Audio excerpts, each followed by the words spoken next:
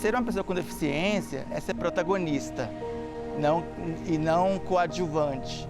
É importante que a gente não se esconda. Você vê, por exemplo, muitos estabelecimentos que não se adequam para atender essas pessoas. Então, você, por exemplo, você tem uma discriminação dessas pessoas. Quais são os principais desafios para uma pessoa com deficiência? Eu acredito que falta de acessibilidade tem em qualquer lugar, porque em qualquer lugar tem pessoas ainda sem acesso ou sem interesse à informação correta. Henry Thiago, 40 anos. Ele nasceu com malformação na vértebra e se locomoveu por muito tempo com a ajuda de muletas porque o problema de saúde afetou os membros inferiores. Depois de passar por cirurgia, precisou de uma cadeira de rodas, digamos, temporária. Começava ali uma mudança de vida. Eu não me acomodei. Pelo contrário, a cadeira de rodas veio como uma oportunidade para que eu descobrisse que ela me traria mais autonomia. Era só uma necessidade esporádica, temporária, e eu percebi que ela me traria muito mais liberdade que a muleta não me trazia. Muita gente não entende isso, como eu pude trocar a possibilidade de andar, mesmo com as muletas, para ficar sentado. Ele tinha 18 anos. O que era necessidade naquele momento virou escolha. Foi uma decisão difícil para você? Foram suficientes só esses meses para que, meio ano, digamos assim, para que eu decidisse que era o melhor caminho, porque isso não foi ruim para mim, porque eu percebi que seria só positivo. Eu teria muito mais autonomia, muito mais liberdade de ir e vir. Henry mora no Noroeste, área nobre de Brasília. Bairro novo, planejado, com acessibilidade e, mesmo assim, enfrenta muitas dificuldades para fazer coisas simples, como sair de casa.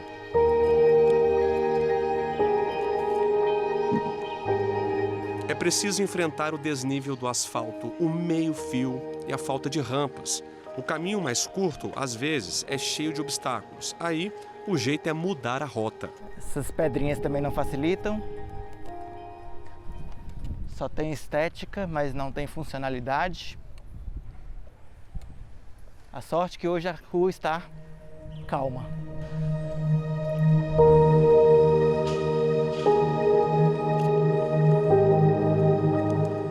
Durante a gravação, Henry quase caiu e precisou da ajuda da nossa equipe de reportagem. Peraí. Eu acho que eu vou cair aqui, peraí. Vai lá que é bom. Eu fui no ponto errado, peraí.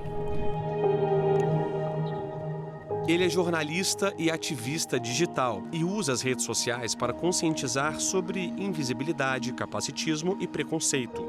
Henry usa o perfil para mostrar as próprias limitações e os desafios de uma pessoa com deficiência. Qual é a mensagem que você quer passar para as pessoas com esse conteúdo nas redes sociais? Andar não é uma condição essencial para que eu seja feliz. A minha felicidade eu crio. As oportunidades nem sempre sou eu que crio, mas eu busco. Então acho que ser uma pessoa com deficiência é, acima de tudo, conscientizar as pessoas de que eu sou feliz.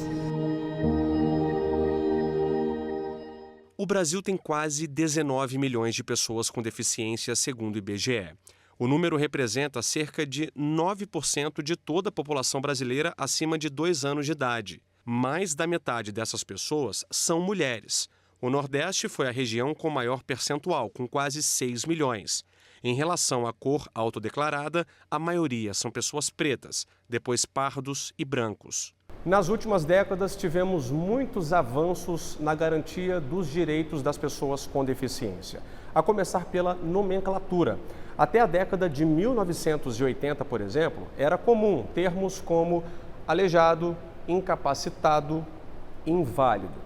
Aí, anos depois, a Constituição Federal de 1988 trouxe a expressão pessoas portadoras de deficiência, que foi alvo de questionamento e entrou em desuso por apontar a deficiência como algo que se porta e não como parte da pessoa.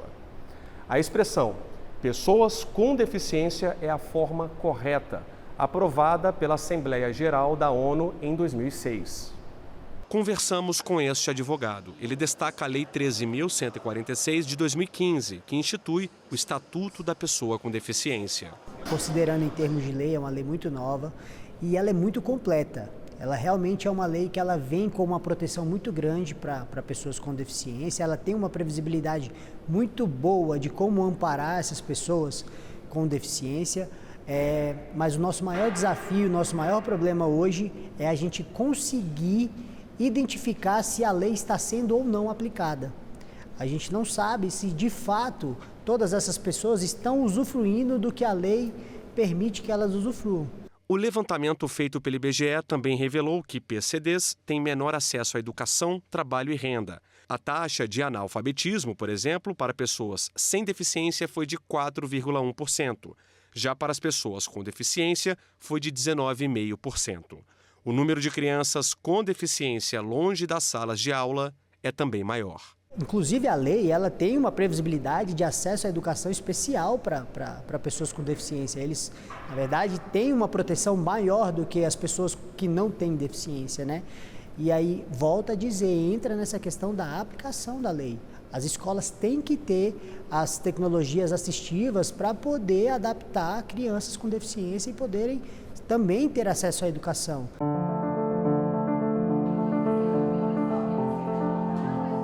Uma iniciativa que traz liberdade e autonomia para pessoas surdas ou com deficiência auditiva.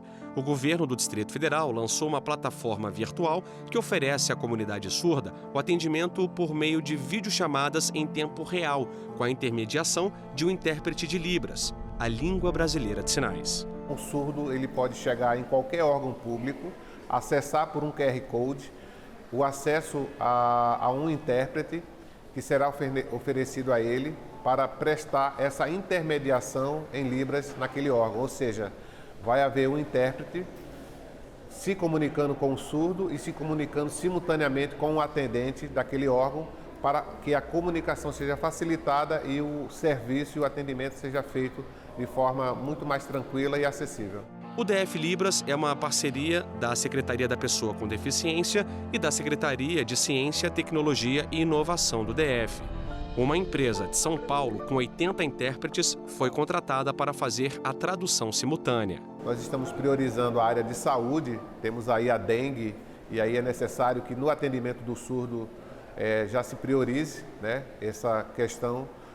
Então, a área de saúde, a área de segurança, a área social, que são áreas que são muito procuradas pelo surdo, buscando algum tipo de atendimento. Inclusão, acessibilidade e cidadania. São quase 100 mil deficientes auditivos no Distrito Federal, como o Diego, que recentemente perdeu o pai e hoje veio na Defensoria Pública para se informar sobre a pensão por morte. Tem uma documentação, tem muitas coisas que precisam e havia um bloqueio de comunicação, porque a minha língua é outra.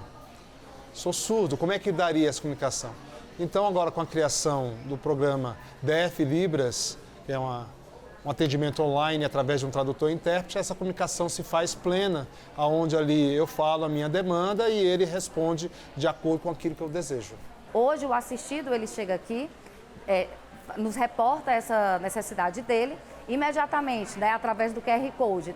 Se ele não tiver dados móveis no celular dele, nós fornecemos o nosso, né, a gente faz a leitura do QR Code e a gente vai ter um profissional prontamente disponível para nos auxiliar nesse atendimento. Antes da iniciativa, não havia comunicação acessível. O jeito era contar com a ajuda de algum parente ou amigo em todos os serviços. Era algo que trazia barreira para mim. Para eu sozinho era difícil, porque eu sei um pouco de escrita, mas não perfeitamente o português. Então trazia um bloqueio de comunicação. E essa problemática foi resolvida. Acessibilidade na palma da mão. Vidas transformadas pela tecnologia inclusiva. O sentimento agora é de pertencimento. Ela me ajuda, então, a trazer 24 horas, o meu acesso, por exemplo, à área de saúde, à polícia, bombeiro. Então, ele me auxilia em vários locais. Eu, como surdo, participante da comunidade surda, sinto assim. Além da facilidade da comunicação, estamos permitindo a essas pessoas acesso a serviços que durante muito tempo foi tirado dessas pessoas esse direito por não ter a comunicação acessível. Então, é uma grande virada.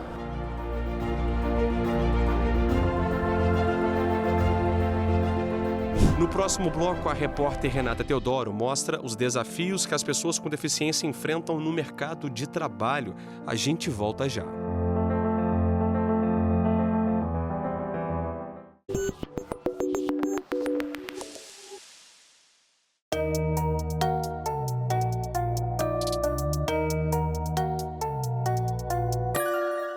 Preconceito, discriminação, capacitismo, acessibilidade. Desafios de vida já conhecidos pelas pessoas com deficiência. No mercado de trabalho não é diferente. Muitas organizações ainda apresentam barreiras que impedem a inserção dessas pessoas nos ambientes profissionais. A Lei 8.213, conhecida como Lei da Cota, veio para facilitar essa entrada e contribuir com uma mudança de paradigmas. De fato, a realidade dentro das instituições mudou, já que a lei determina uma porcentagem de vagas para PCDs de acordo com a quantidade de funcionários. De 100 a 200 colaboradores, 2% das vagas devem ser preenchidas por PCDs. De 201 a 500 colaboradores, 3%. De 501 a 1.000, sobe para 4%. Empresas com mais de 1.000 funcionários devem reservar 5% das vagas para pessoas com deficiência. A gente tem muitas dificuldades, por exemplo, com empresas que têm mais de 100 funcionários, por exemplo, e não detêm uma cota para pessoas com deficiência, por exemplo. A gente tem pessoas que ainda estão trabalhando e elas têm direito a uma aposentadoria especial de acordo com a gravidade da deficiência que ela possui. A legislação existe, ela é aplicada, os tribunais vêm tendo uma atuação muito forte em relação à aplicação das leis, mas o juiz ele precisa ser provocado. A gente precisa levar essas questões, essas demandas ao juiz, para que ele possa tomar ali as decisões de acordo com a lei. No batidão do dia a dia, a falta de oportunidade é talvez a principal dificuldade enfrentada pelo Felipe e outros profissionais com deficiência. Aos 9 anos, ele foi atropelado e arrastado por um carro. Passou por longas internações, cirurgias e amputou a perna direita. Eu vou contar minhas histórias e terão que assistir. Eu falarei das minhas conquistas e terão que engolir. Esse olhar de fogo é real, ele é real. A música foi essencial para que ele pudesse passar por essa fase. E foi quando ele começou a escrever poesias e, mais tarde, a colocá-las em letras e em sons. Tem um projeto social de não violência nas escolas, onde trabalha com os elementos do movimento hip-hop. O rap é o que dá sentido à vida dele, mas o trabalho é o que paga as contas. Além de toda a dificuldade que lida no dia a dia por causa da condição, Felipe já teve de enfrentar muitas vezes a discriminação no mercado de trabalho. Já cheguei a entregar currículo em loja e tal, e ver assim, o pessoal olhar o currículo e eu nem saí direito da loja já jogar um currículo fora, entendeu? Ele me conta que se considera muito comunicativo, o que, segundo ele, é um ponto positivo na busca por emprego. Foi o que aconteceu quando surgiu a primeira oportunidade em uma empresa. Eu senti uma certa dificuldade lá dentro, porque eu fiquei um ano, nesse um ano eu fiquei estabilizado num único local, que eu sabia tudo, que eu tinha um conhecimento muito grande, que eu sabia desenvolver o serviço, só que eu não tinha oportunidade lá dentro. E aí eu escutava, você tem muito potencial, você é bom, você é um comunicador bom, mas nunca tinha oportunidades, entendeu? Então, assim, eu via que estava ali para cumprir cota. Felipe queria crescer, aprender coisas novas e não se entregar para o comodismo. Então foi em busca de outro lugar para trabalhar. Conseguiu ser efetivado, só que, de novo, não durou muito tempo. Você é muito bom, você é inteligente, você sabe fazer o serviço, mas não, eu entrei, eu era assistente administrativo, não ia para um cargo de de monitor, de alguma coisa. E aí eu, não quero isso não, aí saí. Felipe trabalhava como assistente administrativo, mas foi na área de tecnologia que ele se sentiu mais valorizado. Hoje ganha mais que nos empregos anteriores, trabalha de casa cerca de 8 horas por dia. Uma conquista que proporcionou mais qualidade de vida, o que para ele foi um diferencial. Eu posso sair, fazer um almoço para meus filhos, eu posso pegar o meu horário de almoço, eu posso levar ele no colégio, trazer, eu posso terminar o meu expediente na sala de casa, né? E aí ir lá buscar meu filho no colégio, né? Eu posso estar aqui, eu estou trabalhando, mas papai, não sei o quê, você faz uma graça ali com seu filho e tal, você levanta 10 minutos, 15 minutinhos, vai dar uma esticada nas costas, vai dar um descanso, aí conversa com a sua esposa alguma coisa, conversa com o filho, como é que tá o colégio? E aí, como é que tá o colégio? Fez seus exercícios? Então eu posso estar mais presente dentro de casa e o home office me proporciona isso. E ele não desistiu, nem aos 9 anos, nem agora, já adulto. Representa uma pequena parcela da população de PCDs que trabalham. Dados do IBGE mostram que apenas 26,6% das pessoas com deficiência encontram espaço no mercado de trabalho. O nível de ocupação para o resto da população ultrapassa os 60%. Eu sempre me incomodei de passar por alguma situação de preconceito, de discriminação e não aceitar, entendeu?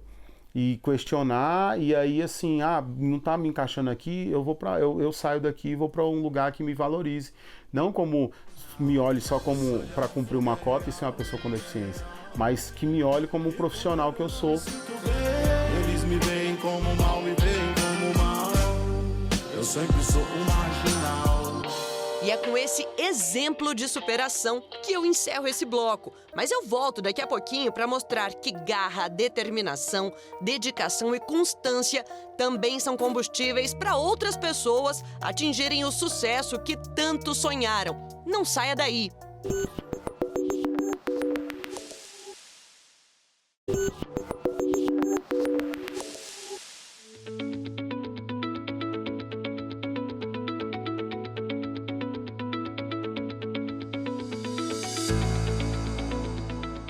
Um esporte, uma promessa, uma mudança de vida. Iranildo não tem dúvidas, nasceu com espírito de jogador. Antes, se dedicava ao futebol. Depois do acidente que o deixou tetraplégico, o tênis de mesa paralímpico se tornou uma possibilidade.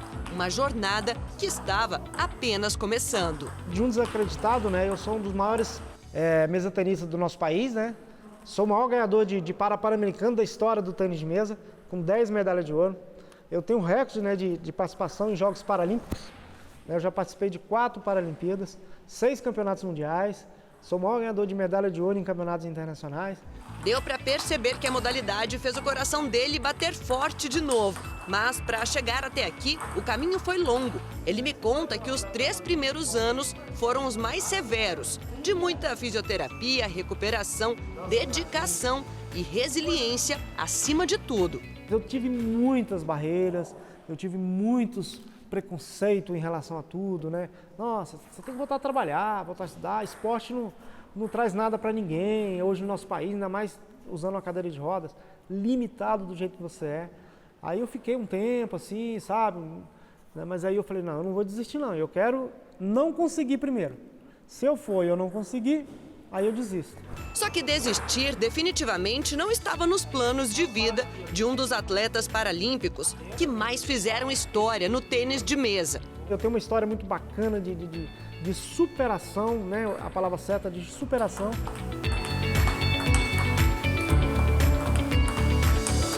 Gente, pensa numa pessoa corajosa. Essa pessoa sou eu, porque eu simplesmente desafiei o Iranildo, profissional, campeão, a fazer uma partida aqui comigo, melhor de 3, e o perdedor vai ter que pagar o almoço. Iranildo, eu tô achando que vai ser você. Bora lá ver então? Se vai mesmo, vou colocar todo o meu talento em jogo. Não vou dar moleza não, hein?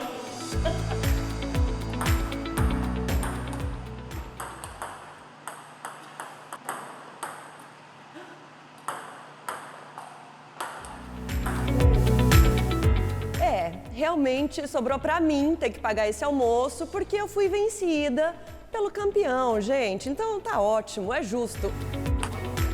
Agora chega de brincadeira, porque os treinos por aqui estão a todo vapor para as Paralimpíadas de Paris, que acontecem em agosto e setembro. O foco agora é se preparar para o que vem pela frente. Afinal, já foram muitas conquistas. Foram 32 países, né, competindo, representando o país, mais de 100 competições internacionais, medalhas, né, já parei de contar, né, a gente tem, né, bastante medalhas, títulos, enfim, né, é orgulho demais e tudo isso, né, eu devo ao esporte. Lamento pela minha deficiência, claro, acho que, né, ninguém quer passar por isso, mas já que aconteceu, vamos à luta, fui à luta, não arrependo nada do que fiz, pelo contrário, eu tenho muito orgulho disso.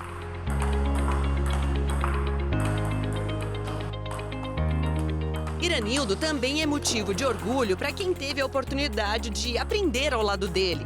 Com 14 anos de seleção brasileira, Guilherme Costa fez incontáveis parcerias junto ao então ídolo e hoje amigo e colega de trabalho. As maiores medalhas, as maiores conquistas que eu tive até hoje foi ao lado do Iranildo. Foi quando a gente começou a jogar junto. Nossa dupla começou ali a partir de 2014, final de 2014 para 2015. Foi a nossa primeira medalha em um fator 40, que é um evento grande no circuito nacional ou internacional. E a partir daí a gente só foi melhorando, a gente tem uma sinergia, uma química, um entendimento do jogo juntos.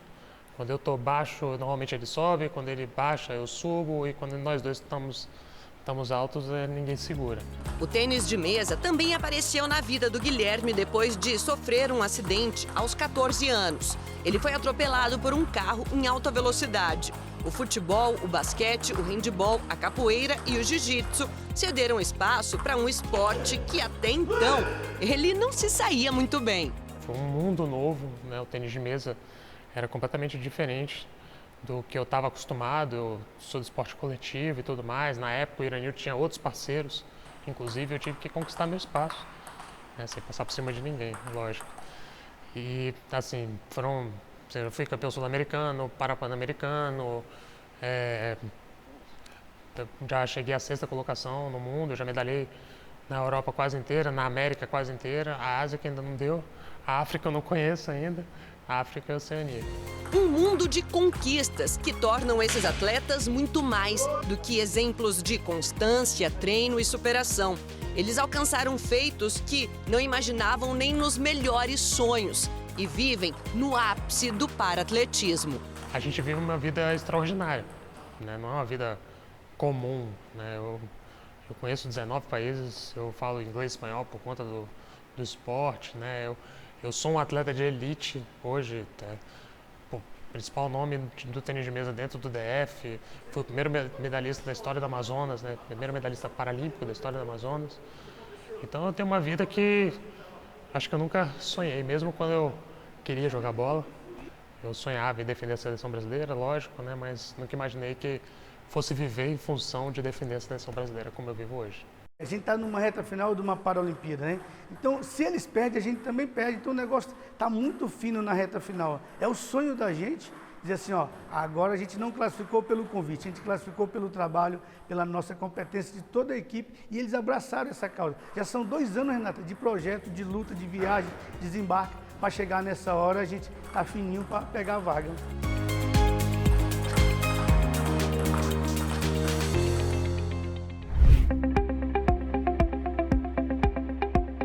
Matheus também passou pelo tênis de mesa, mas foi no levantamento de peso que encontrou força e resistência para competir.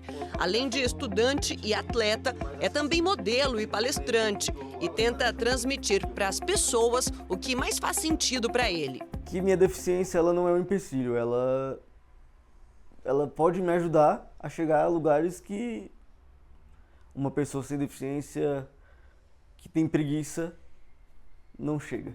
O orgulho e a sensação de dever cumprido enchem o coração da mãe que sempre incentivou o filho a se aventurar, a viver, a experimentar. Eu fico muito emocionada. Todo dia eu agradeço muito a Deus por também ter colocado isso na cabeça dele de querer ser esse exemplo para as pessoas, né? Não só com deficiência, mas também as pessoas sem deficiência, porque tem tanta gente aí que coloca dificuldade, eu não posso fazer isso, eu não posso fazer aquilo. E as pessoas podem fazer tudo, né? O limite está na cabeça, né? Ainda assim, as dúvidas, vez ou outra, persistiam. Foi assim com o skate. Hoje é o que preenche os momentos de lazer do estudante de jornalismo em uma agenda cheia de compromissos. Na moda, conheceu o projeto Fashion Inclusivo através da mãe, que incentivava o filho com a carreira de modelo.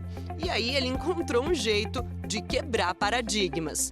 Na moda eu encontrei essa forma de falar assim, pessoas com deficiência também podem ser sensuais, bonitas, atraentes, e esse é o trabalho que eu levo para as pessoas quando eu estou na passarela. Inclusive agora eu assumi a presidência do Fashion, né? E juntamente com ele eu posso mostrar assim para as pessoas o que é o Fashion também, porque eu tenho o exemplo dele, que é muitas mães, muitos adolescentes, muitas crianças têm a mesma visão dele, de não querer, porque eu sou feio, porque eu não tenho um braço, eu não tenho uma perna, só que isso não é justificativa e nem empecilho.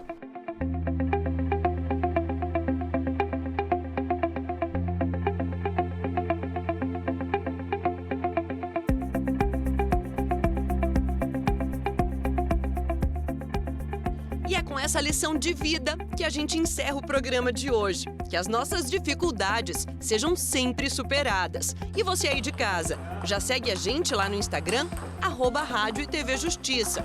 No YouTube já sabe, o nosso canal é o mesmo. E se quiser entrar em contato com a nossa produção, o e-mail é o repórterjustiça@stf.jus.br. Até a próxima!